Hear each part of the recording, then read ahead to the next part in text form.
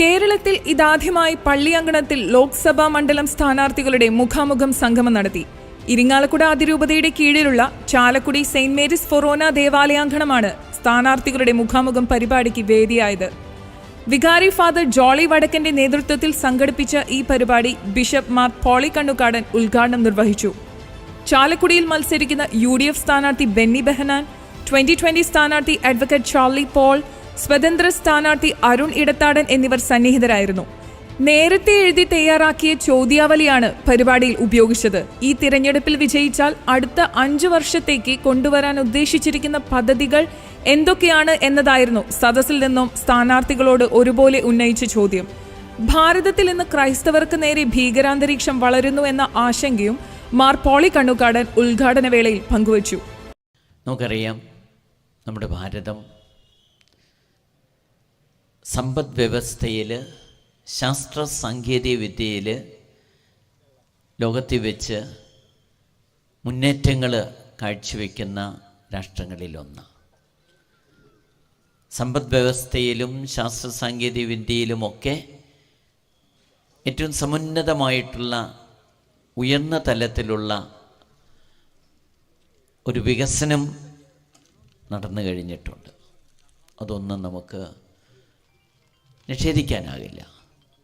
സ്വാതന്ത്ര്യം കിട്ടിയിട്ട് 77 വർഷങ്ങൾ പിന്നിടുമ്പോൾ നമുക്ക് അഭിമാനത്തോടു കൂടെ പറയാൻ കഴിയും. എന്നാൽ നമുക്കൊക്കെ സാധാരണക്കാർക്കൊരു ഉത്കണ്ഠയുണ്ട്. ഈ വികസനം ഗ്രാമീണ മേഖലയിലേക്കും സാധാരണക്കാരിലേക്കും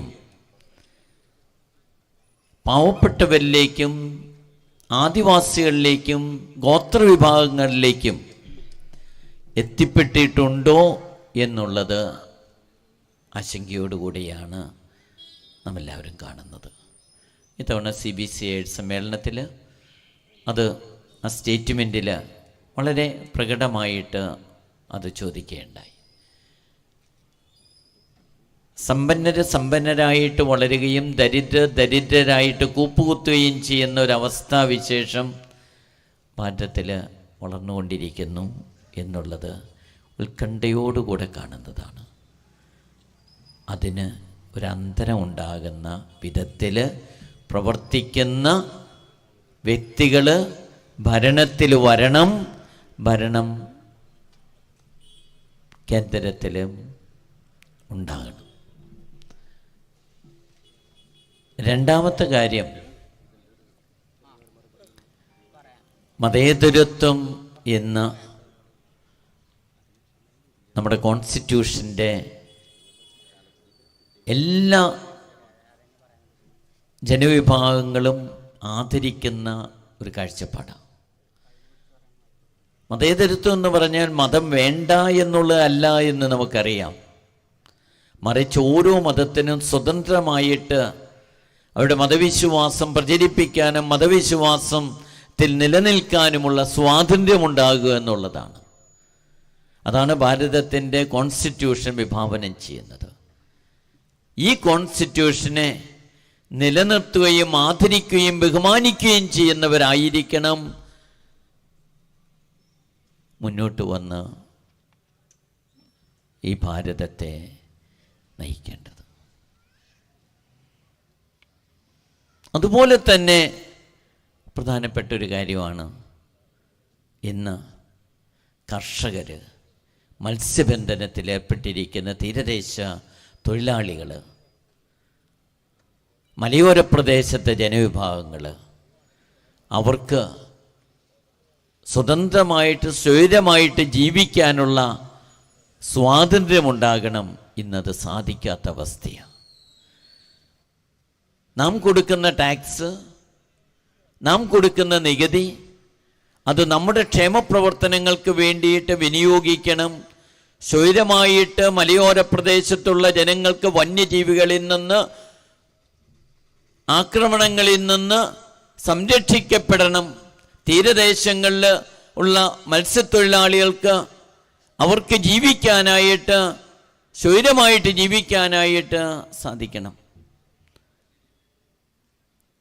അതിനാവശ്യമായിട്ടുള്ള ക്രമീകരണങ്ങൾ ചെയ്തു കൊടുക്കുന്നൊരു സർക്കാർ നമുക്ക് വേണം. ഇതുപോലെ തന്നെ ഞാൻ നീട്ടിപ്പറയുന്നില്ല. നാലാമത്തൊരു കാര്യം, നമ്മളെയൊക്കെ ഉത്കണ്ഠാകുലരാക്കുന്ന, ക്രൈസ്തവരെ ഉത്കണ്ഠാകുലരാക്കുന്നൊരു കാര്യമാണ് ക്രൈസ്തവ സ്ഥാപനങ്ങളും ക്രൈസ്തവ ആരാധനാലയങ്ങളും ഇന്ന് ഏറെ ആക്രമിക്കപ്പെടുന്ന ഒരവസ്ഥാവിശേഷമുണ്ട്. യഥാർത്ഥ മതവിശ്വാസി, അത് ക്രൈസ്തവനായാലും മുസ്ലിം ആയാലും ഹൈന്ദവനായാലും, അവർ ഒരിക്കലും തീവ്രതയിലേക്ക് കടക്കില്ല, തീവ്രവാദത്തേക്ക് കടക്കില്ല. എന്നാൽ ഈ യഥാർത്ഥ മതവിശ്വാസികളല്ലാത്തവ ക്രൈസ്തവ ആരാധനാലയങ്ങളെയും സ്ഥാപനങ്ങളെയും കോർണർ ചെയ്ത് ആക്രമിക്കുന്ന ഒരവസ്ഥാവിശേഷം ഇന്ന് വളർന്നുകൊണ്ടിരിക്കുക. വളരെയേറെ പേര് ജയിലിലടയ്ക്കപ്പെടുന്നു. ഒരു കുറ്റവും ചെയ്യാതെ കുറ്റം ആരോപിക്കപ്പെട്ട് ജയിലിലടയ്ക്കപ്പെടുന്നു. ഒരു ഭീകരാന്തരീക്ഷം ക്രൈസ്തവ വിശ്വാസിയുടെ ഇടയിൽ വളർന്നു വരുന്നു. അതിന് ഒരന്തരം ഉണ്ടാകണം. സ്വതന്ത്രമായിട്ട്, അത് ഏത് മതത്തിൽപ്പെട്ടവരായാലും സ്വതന്ത്രമായിട്ട് തങ്ങളുടെ വിശ്വാസം നിലനിർത്താനും തങ്ങളുടെ ആചാരങ്ങൾ നടത്തുവാനും തങ്ങൾ നടത്തുന്ന സാമൂഹ്യക്ഷേമ പ്രവർത്തനങ്ങൾ, മതപരമായിട്ടുള്ള പ്രവർത്തനങ്ങൾ, അത് തുടർന്നു കൊണ്ടുപോകാനുള്ള സ്വാതന്ത്ര്യം ഈ മതേതരത്വ രാഷ്ട്രത്തിൽ ഉണ്ടാകണം. അത് ക്രൈസ്തവർക്ക് മാത്രമല്ല, മറ്റെല്ലാ മതസ്ഥർക്കും അതുണ്ടാകണം.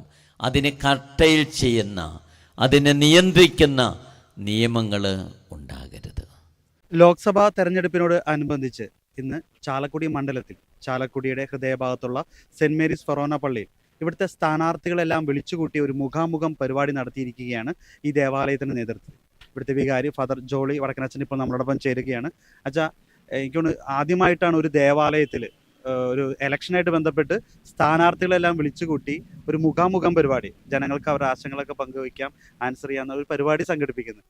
എന്തുകൊണ്ടാണ് അച്ഛൻ ഇങ്ങനെ ഒരു പരിപാടി തുടങ്ങുന്നതിൻ്റെ പേരിൽ? വളരെ ശരിയാണ്.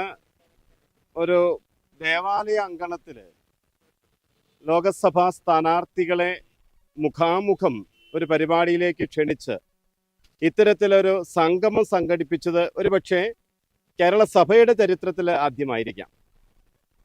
അതിൻ്റെ കാരണം നമുക്കറിയാവുന്നതുപോലെ ലോകത്തിലെ ഏറ്റവും വലിയ ജനാധിപത്യ രാജ്യമായ ഇന്ത്യ ഇന്ന് ഒരു ഏകാധിപത്യ ശൈലിയിലേക്ക് മാറിയിരിക്കുകയാണ്.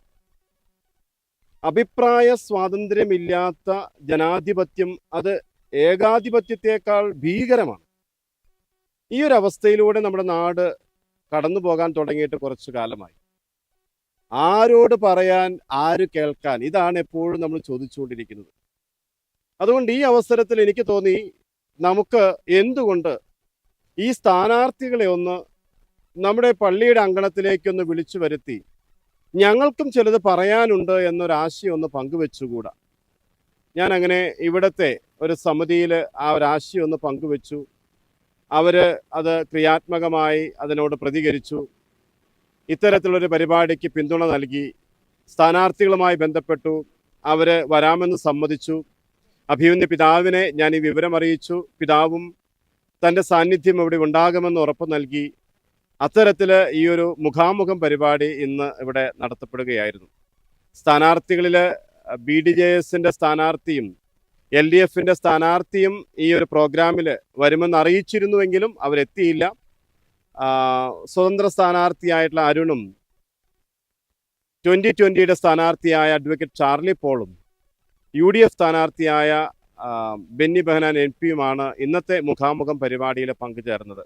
ഒപ്പം ഒരു നല്ല പ്രൗഢമായൊരു സദസ്സ് ഇവിടെ ഉണ്ടായിരുന്നു. അവരുടെ ചോദ്യങ്ങൾ ഈ സ്ഥാനാർത്ഥികൾക്കായിട്ട് നൽകുകയും ആ ചോദ്യങ്ങൾക്കുള്ള കൃത്യമായ മറുപടി ഇവിടെ ലഭിക്കുകയും ചെയ്തു എന്നുള്ള സന്തോഷവും ഈ അവസരത്തിൽ അറിയിക്കുകയാണ്.